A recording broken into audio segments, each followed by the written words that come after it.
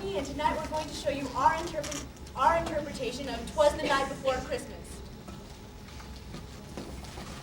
The Night Before Christmas, or A Visit from St. Nicholas, by Clement Clark Moore.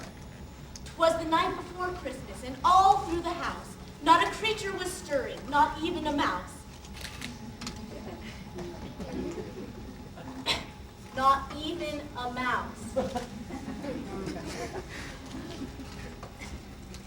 The stockings were hung by the chimney with care.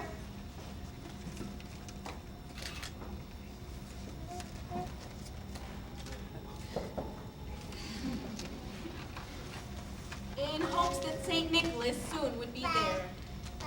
The children were nestled all snug in their beds, while visions of sugar pups danced in their heads.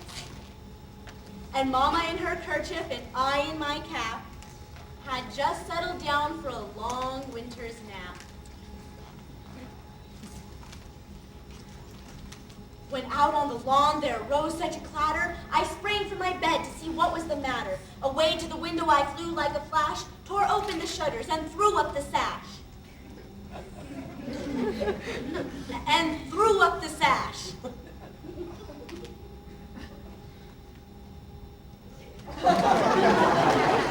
And threw up the sash. The moon on the breast of the new fallen snow gave the luster of midday to the objects below, when what to my wondering eyes should appear but a miniature sleigh and 8 tiny reindeer.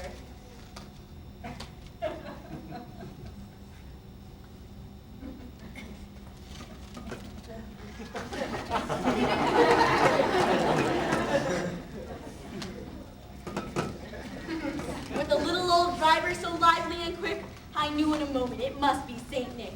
More rapid than eagles his coursers they came, and he whistled and shouted and called them by name.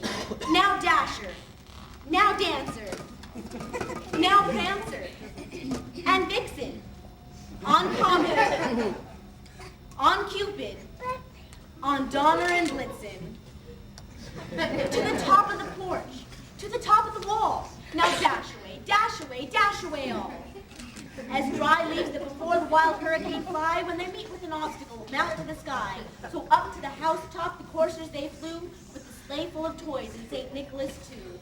And then in a twinkling I heard on the roof the prancing and pawing of each little hoof.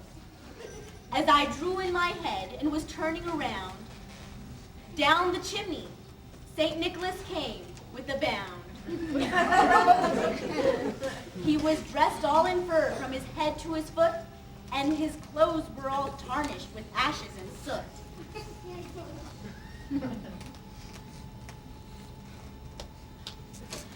A bundle of toys he had flung on his back, and he looked like a peddler just opening his pack.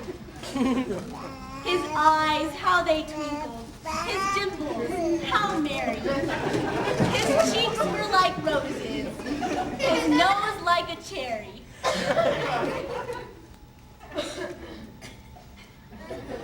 His droll little mouth was drawn up like a bow, and the beard of his chin was as white as the snow. The stump of a pipe he held tight in his teeth had smoke that encircled his head like a wreath. He had a broad face and a little round belly that shook when he laughed like a bowl full of jelly.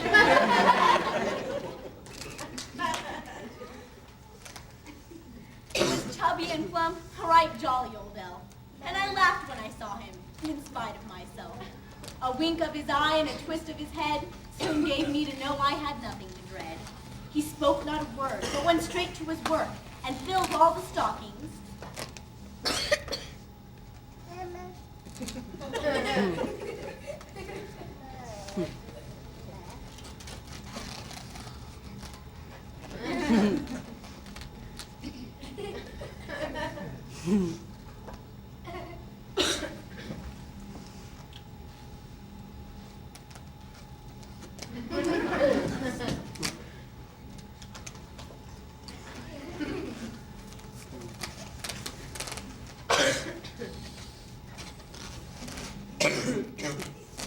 And then turned with a jerk, and laying his finger aside of his nose, and giving a nod, up the chimney he rose. He sprang to his sleigh, to his team gave a whistle, and away they all flew like the down of a thistle. But I heard him exclaim ere he drove out of sight, Merry Christmas, yee-haw, and y'all have a good night.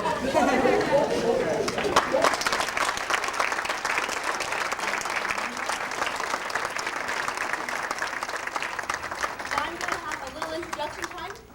I'm going to go around and tell you each who our child are. Would you mind telling us who you are? Shayna. This is Shayna, as you know, our wonderful singer, and this is Ben. Grace. Robert. Sean. And now I think a couple of our kids have some poems they would like to read. The Bells by Edgar Allan Poe. Hear the sledges with the bells. Silver bells. What a world of merriment their melody foretells. How they tinkle, Tinkle. tinkle in the icy air of night.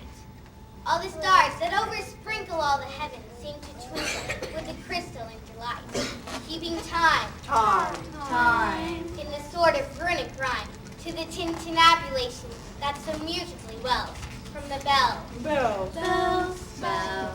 Bells. From the jingling and tinkling of the bells.